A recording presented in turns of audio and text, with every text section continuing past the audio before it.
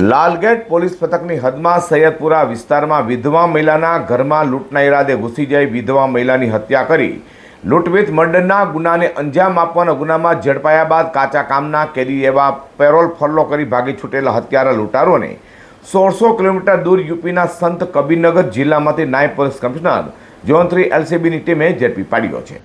સુરતમાં ગંભીર ગુનામાં પકડાયા બાદ પેરોલ ફરલો કરી ભાગી છૂટતા આરોપીને ઝડપી પાડવા પોલીસ મેદાને છે। તો સુરત પોલીસ કમિશનર અનુપમસિંહ ગેહલોત અને જોઈન્ટ સીપી બલરામ મીણાની સૂચના લઈને નાયબ પોલીસ કમિશનર ઝોન 3 રાઘવ જૈનના આદેશથી એલસીબીની ટીમ ગંભીર ગુનામાં વોન્ટેડ આરોપીને ઝડપી પાડવા મેદાને હતી।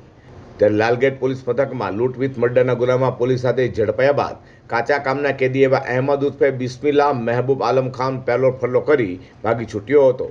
તે હાલ યુપીમાં હોવાની માહિતી મળતા જ એલસીબી ઝોન 3ની ટીમના પીએસઆઈ એમજી ભાદરકા, અનામ હેડ કોન્સ્ટેબલ વિકાસ મધુકર, અનામ પોલીસ કોન્સ્ટેબલ ભરત ભનાભાઈ અને લાલગેટ પોલીસ પથકના અનામ પોલીસ કોન્સ્ટેબલ વિપુલભાઈ નાથાભાઈએ ફિલ્મી સ્ટાઇલમાં 1600 કિલોમીટર દૂર ઉત્તર પ્રદેશના સંત કબીરનગર જિલ્લામાં ધામા નાખ્યા હતા।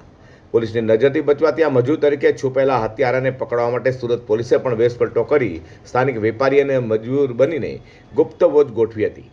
આખરે વ્યૂહાત્મક કોર્ડન કરીને 31 વર્ષીય આરોપી મોહમ્મદ અહેમદ ઉર્ફે બિસ્મિલ્લા મહેબૂબ આલમ ખાને તેના જ વતનથી ધરતી પરથી દબોચી લીધો હતો।